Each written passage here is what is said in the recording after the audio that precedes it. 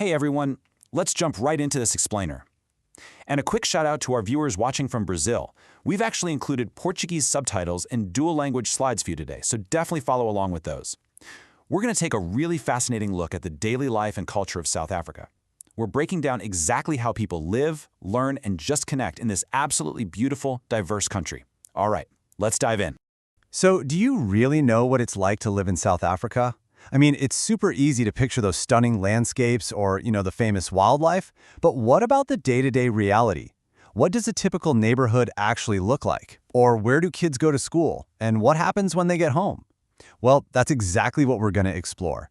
We're taking a virtual tour directly into the homes, the schools, and the families that really make up the heartbeat of South African society.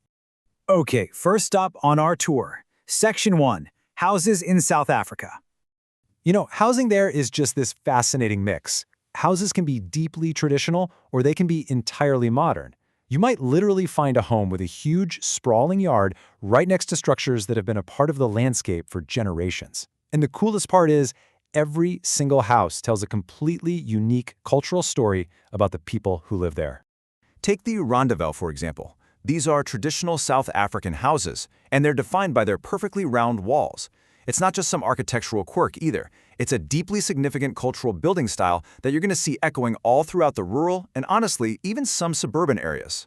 And right on top of those round walls, you'll often spot a thatched roof. They're made of these intricately layered dry plants, and it just perfectly completes that totally distinct Rondavelle look. It's a fantastic example of form meeting function, really, because it keeps the inside nice and cool during those scorching summers, and warm when the nights get chilly. Moving from the home and out into the community, we hit Section 2, Schools in South Africa. So when it comes to education, things are pretty structured. School is compulsory, meaning kids have to be there, and students proudly wear uniforms. Now, the country has a ton of diverse official languages, but English is actually used as the primary language in class. Having that common linguistic ground really helps students dive into a huge variety of different academic subjects together. But hey, it's definitely not just about sitting at a desk all day. Sports are a massive, vibrant part of school life there. Physical activity isn't just some afterthought. It's literally where teamwork is built outside the classroom. It gives kids a chance to show off a completely different set of skills and passions. And honestly, the most incredible part, all of these super diverse students tackling all those subjects and playing sports, they come together in exactly one united, multicultural environment. It's a true melting pot. The school system takes this highly diverse group of kids and brings them all under one roof for a totally unified educational journey. And that perfectly sets up our next stop, Section 3, Family in South Africa. Because South Africa is home to so many distinct cultural groups, families are naturally, incredibly diverse. There isn't really one single standard family tradition here. The standard is that beautiful diversity, from one household to the very next. So as you travel across the country, you're going to run into a huge variety of cultural practices, celebrations, and daily routines.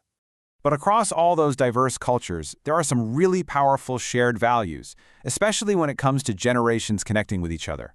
Respect for elders is absolutely paramount. Grandparents aren't just sidelined, they frequently play a very active, hands-on role in raising the kids and really shaping the next generation with all their wisdom. Because of that super strong multi-generational bond, family gatherings are a huge deal. Getting everyone together, whether it's around a modern dining table in the city or outside a traditional rondavelle, is a deeply cherished practice. This is how those traditions stay alive, right? It's where stories are passed down, bonds are strengthened, and cultural identity is perfectly maintained. There's a really great saying that family support is an important part of daily life. It sounds simple, right? But it's literally the glue of this society. That daily support from family is what gets people through their work, their schooling, and everything else in their community.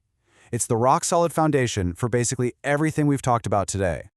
So, wrapping things up. Conclusion, what have we learned?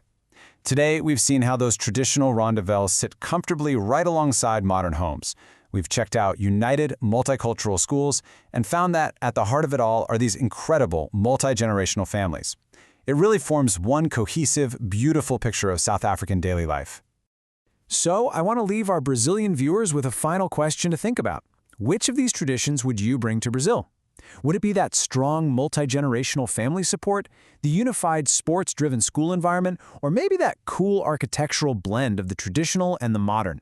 Take a second to reflect on that and maybe compare it to your own daily life. Thank you so much for joining this explainer. Keep learning, keep asking questions, and we'll catch you next time.